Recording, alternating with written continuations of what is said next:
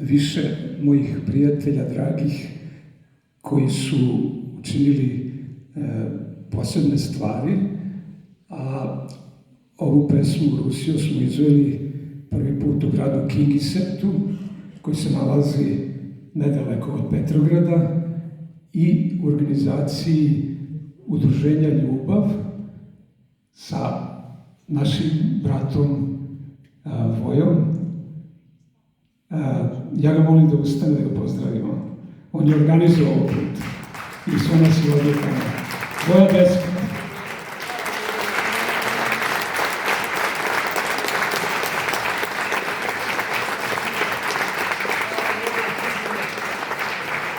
Sa tog putovanja nosimo predivne uspomene, sjajne naše doživljaje i jednu veliku ljubav ruskog naroda koju oni pokazuju prema nama. Kad god su Srbi u pitanju, kad se pomene srpsko ime i kad oni nas tamo vide i kad čuju da smo Srbi, onda je sve otvoreno i mi imamo uvek prednost.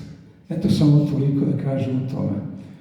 Također mi imamo ovde i predsjednika udruženja Žuto cveće iz Vranja, gospodina doktora Dragana Mikića. I meni je posebno zadovoljstvo jer moj otac je poreklom iz kraja tog, kao i majka, i meni je drago da su moji zemljaci došli da budu sa mnom večeras i sa mojim gostima.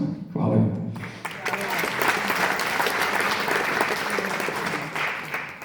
Također bih htio da pozdravim jednog posebnog gosta večeras, a to je moj prijatelj iz Rusije, Vladimir.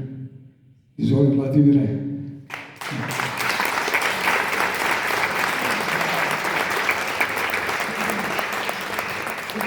Vladimir je bio sa mnom 2017. godine, kad sam ja gostovao također u organizaciji našeg društva Ljubav, ali ja sam imao jednu drugu misiju.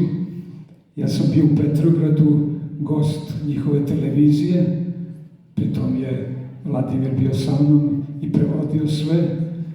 Mi smo tamo imali priliku da pokažemo i Rusiju, ali i Kosovo i nekoliko drugih pesama. I tako da sa tog putovanja također nosim duboke i lepe uspomene. I hvala braći Rusiji.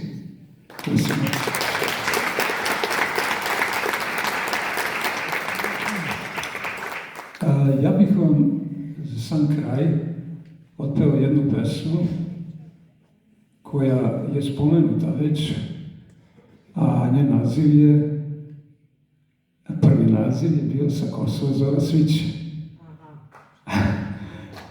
Ali pošto je pesma postala na neki način popularnija sa drugim nazivom Oj Kosovo po nazivu refrena. Tako da evo sad, danas je više poznata kao pesma Oj Kosovo. A mislim da je draga Rada objasnila kako je nastala ova pesma.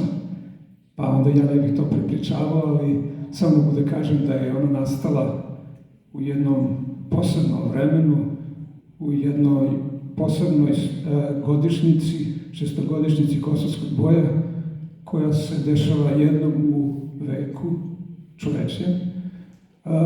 I ja sam imao tu priliku i tu sreću da kažem, da budem prisutan tamo gde se sve to odigravalo, a pre svega porti manastira Gračanice su bile izložene mošti Svetog cara Lazara i gde smo mi imali program u kome smo predstavljali srpsku muziku i srpsku tradiciju, a sa tog događaja je nastala pesma neposredno posle toga, znači nekoliko meseci iz tog doživljaja bdenja, Vidovdan 27. na 28.